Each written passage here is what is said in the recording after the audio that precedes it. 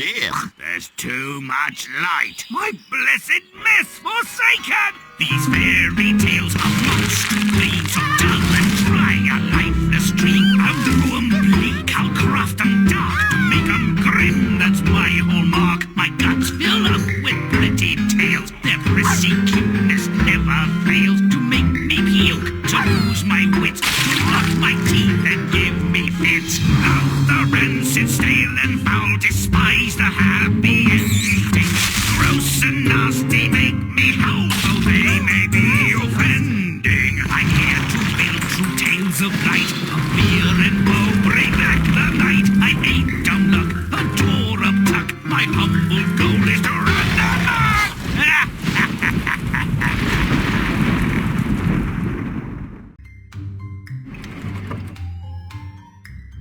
Divine intervention in human affairs was a hot topic in tales almost from the moment people began to talk. The ancient Greeks larded their lore with the deeds and misdeeds of their anthropomorphic deities. What a pathetic fallacy!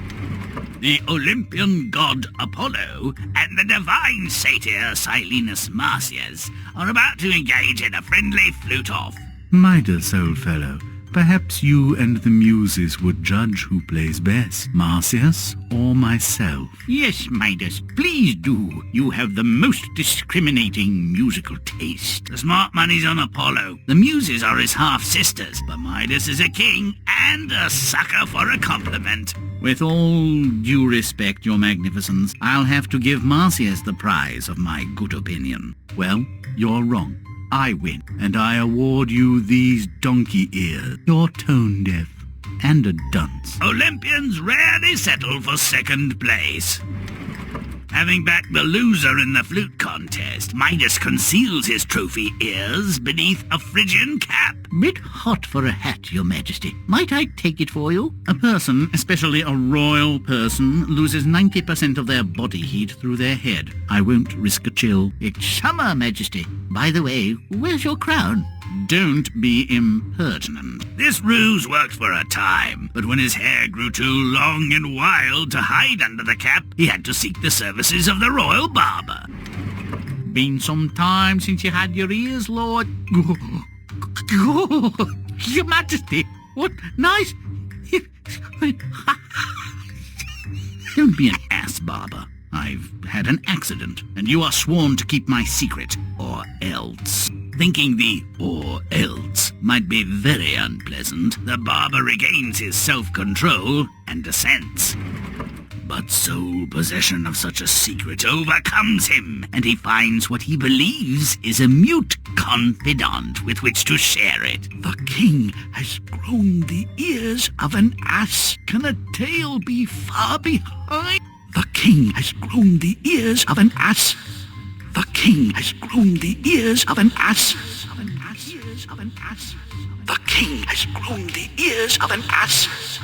The barber's discretion is foiled when reeds spring from the hole and rustle the king's secret. Midas becomes the laughing stock of the country. Wonder what happened to the barber, Dionysus and Marsyas, a couple of divine tipplers, are roaming in Midas's backyard when Marsyas, seriously inebriated as per usual, becomes seriously lost. Ah, it's you, Midas. Sorry about the ears. Where in the name of Zeus are we, anyway? I'm completely lost, not to mention completely pissed. Which way is up? Follow me, you old satyr. I'll take you to Dionysus. Ah, discovered at last. Midas, you're too good. I couldn't have found the old goat if I'd stepped on him. For your service, make a wish. Don't be greedy. Grant me the golden touch, great one. I won't abuse it. Little did he know. Oh, sorry. Golden children are not that useful. Likewise golden grapes. Perfectly inedible. That world's most valuable toilet paper doesn't feel that good either.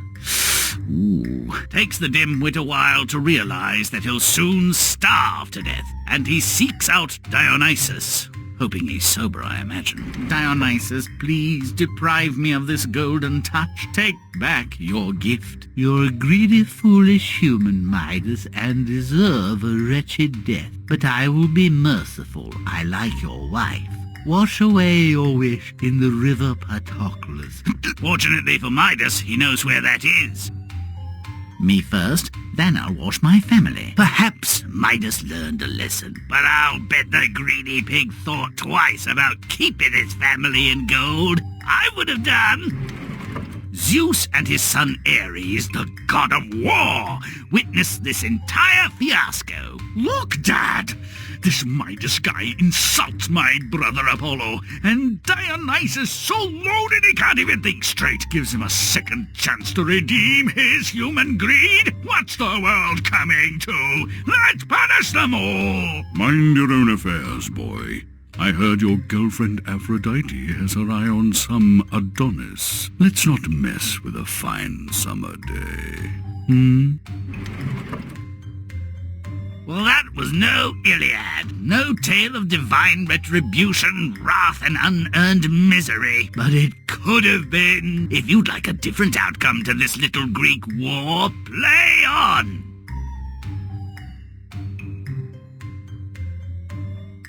You might well ask why these Greek deities are constantly interfering with human affairs and making nuisances of themselves.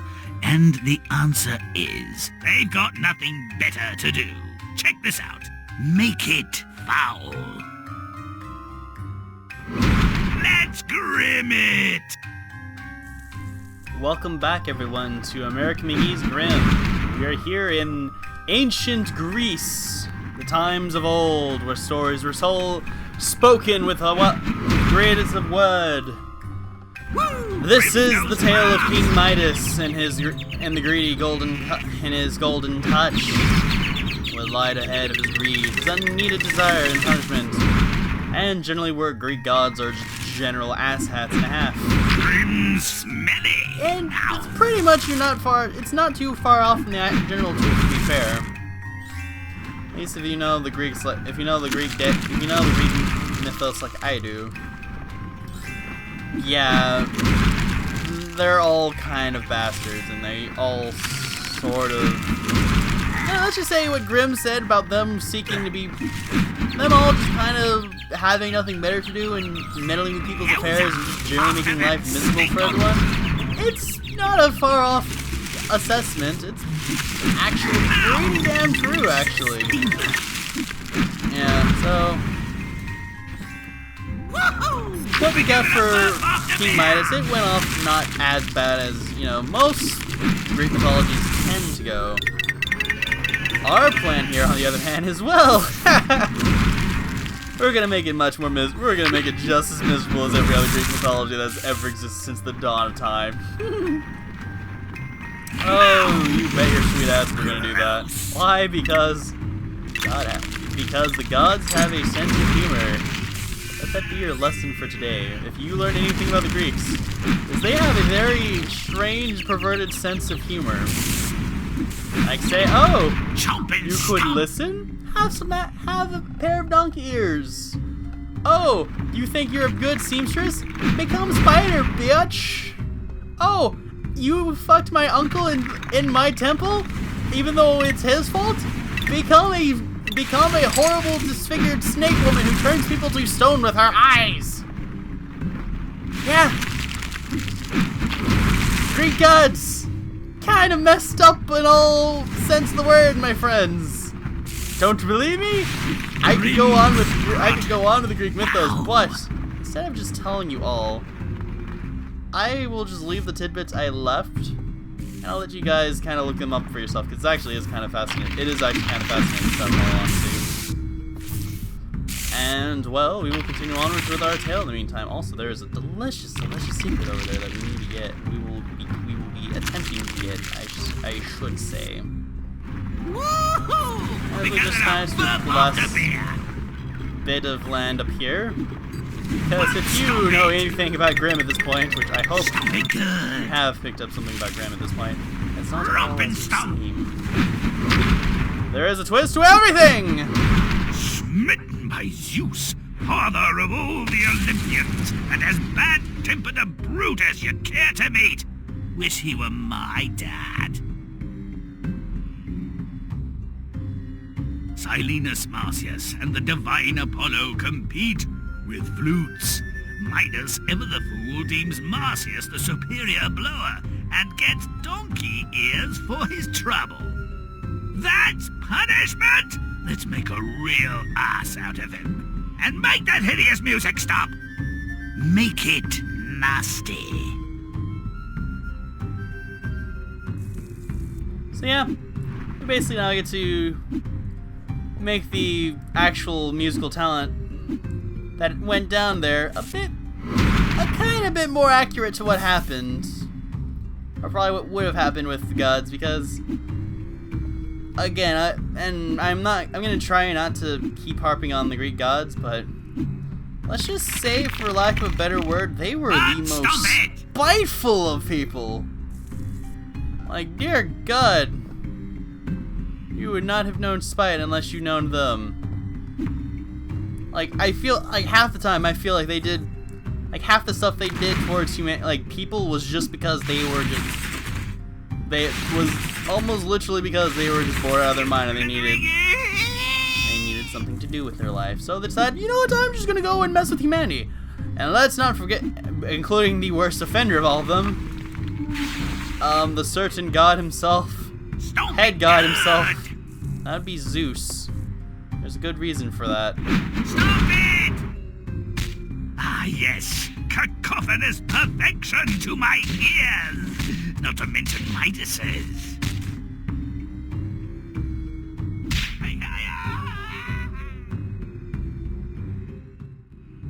But that was our first scene, so we will continue onward to the next one. So, yeah.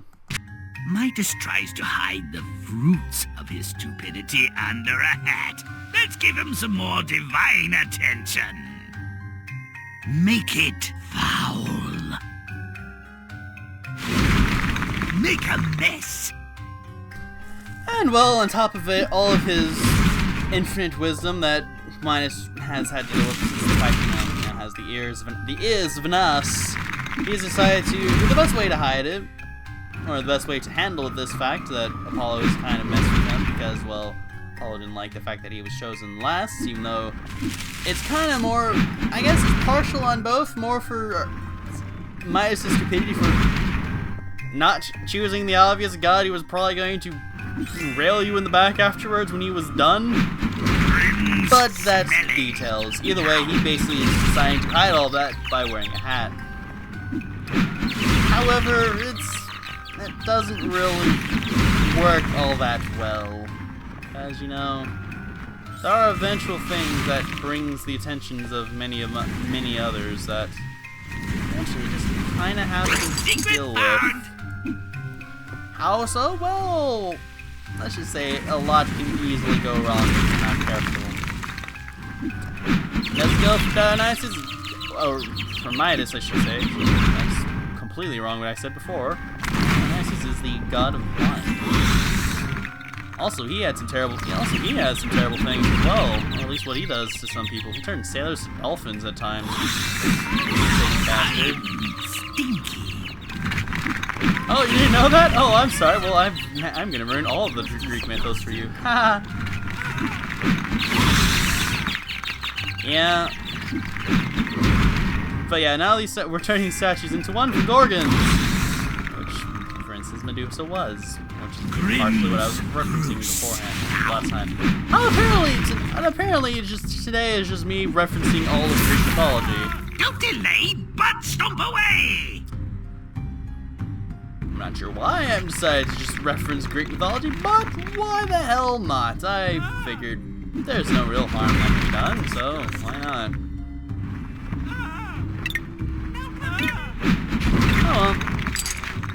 I guess it's probably more so the case that Greek mythology is kind of one of the few some of the mythologies I've always kind of had a great liking to when I was a kid. I always showed great passion when I was a child. Probably second only to Nordic mythology, I guess. But either so, like I basically either way the main point I'm trying to go with is it's something I liked. I always was fascinated by it. I always delved into it as much as I could. I ended up constantly just reading nothing but Greek mythology, like as much as I could when I was in, I think near the end of elementary school, near the beginning of middle school, I think. Either way, it was some interesting times at least. And I remember vaguely what I could read. I enjoyed. They're so interesting. They're so grand. And the more I did research about the gods themselves, the more I realized, holy crap, these guys are horrifically evil. And why do we actually like them? I could never find an I could never Great waste by water. Let me say I could not find the proper answer myself before I fell horribly to my doom. Doom, I say, doom. Oh no.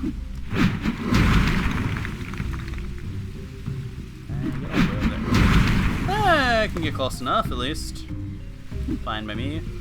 And let's get this last little corner over here. Maybe this roof. No. And get the Zeus statue all nice and pissed off as, well, the other one is. Don't delay, but stomp away! Stomp Because we have much more sights for you to show you. Shockingly delightful. Get a move on, Midas. We have a story to defile.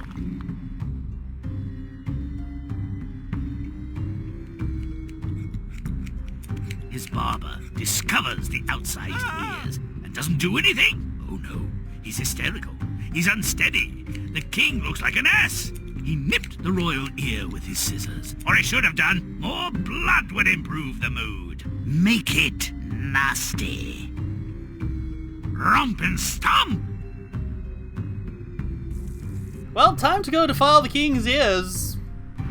I mean, well, might as well. I guess to be fair, if you were the royal barber to the king and you suddenly saw that his royal highness suddenly grew the ears of an ass like out of his head, and you'd probably would be shocked.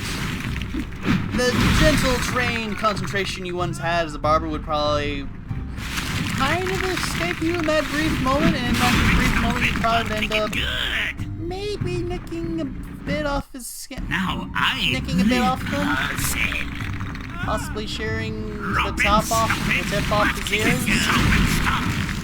I mean, be fair, it could happen. It could happen to anyone. It's happened to many people. Most of the time, they're usually just executed. But that's neither here nor there.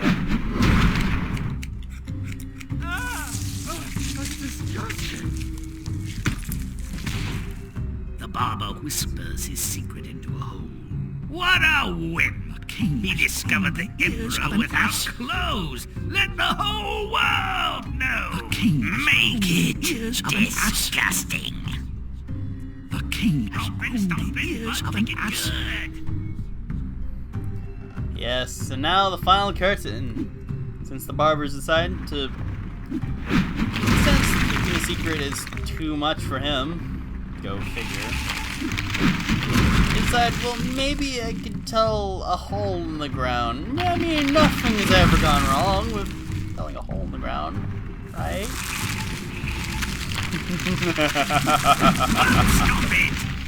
Well, you know exactly how that goes. So instead, let's just simply rock his poor world, proving just how wrong he is. Don't delay, but The stomp ears of an ass. The king has grown the ears of an ass.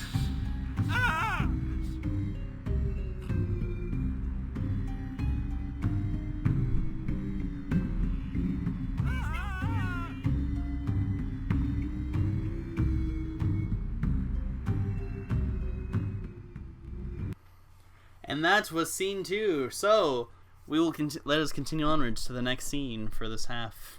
After a 3-week bender, how can the gods of wine and drunkenness even stand up? This is ridiculous. They should both be plastered. Falling down stupid. Make it foul. Grimm does dirt. I won't lie, I heavily agree with Grimm here because it makes the most sense about Dionysus. Depending that he is literally god of wine, drunkenness, and partying, You would think a god like him, who basically spends most of his time when he's not turning sailors into horrific dolphins, would be basically getting himself utterly shit-faced. To probably the point where he probably thinks 2 plus 2 equals dolphin. 2 plus 2 equals cat. Does that make sense? No, but in the mind of someone like Dionysus, who is probably too drunk to even understand simple reason and logic, it makes perfect sense. Like you could probably hear color and smell texture while he was feeling air.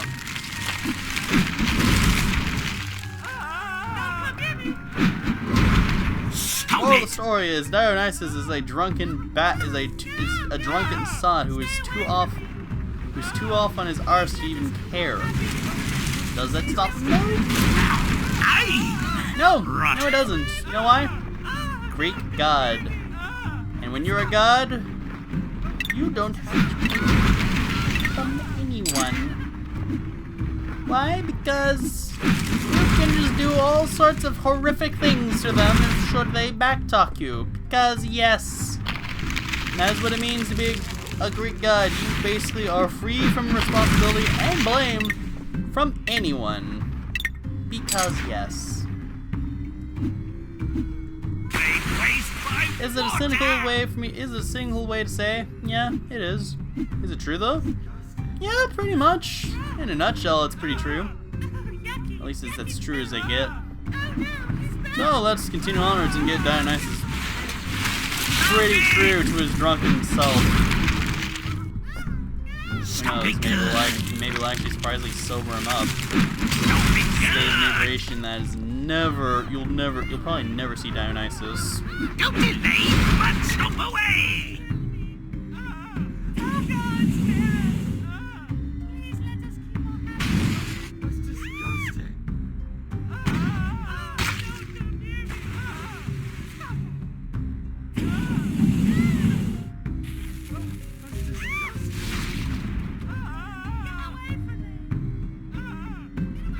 By Zeus, even after the donkey-eared debacle, Midas holds no grudge against Marsyas. I like grudges. He even helps the silly satyr find his way home. He missed his chance for revenge. Let's give him his vengeance. Make it disgusting. And of course, rightfully so, Midas helps the satyr who's lost in his own backyard. Missing any real chance of revenge, even though, you know, disgusting. Even though I guess you could say the satyr is not entirely responsible for Midas' ears, but at the same time, he is pretty responsible for having Midas' ears pretty much in acid because Apollo. And since you can't really punish Greek gods, satyrs pretty much the closest thing you can do of punishing. So satyrs are pretty close to punishing because, well, satyrs aren't really deities unless you're going to the only real satyr that was a god, which was, I think, Pan. That's really kind of pushing it at that point. And he was probably like the only real soul, and he's basically the sole exception to that ruling. Other than that, nah. Let's give him proper vengeance. Grim man rides God, only in ancient Greece.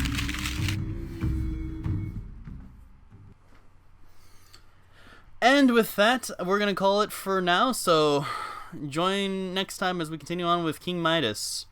I'll catch you guys then. Take care, everyone. Bye.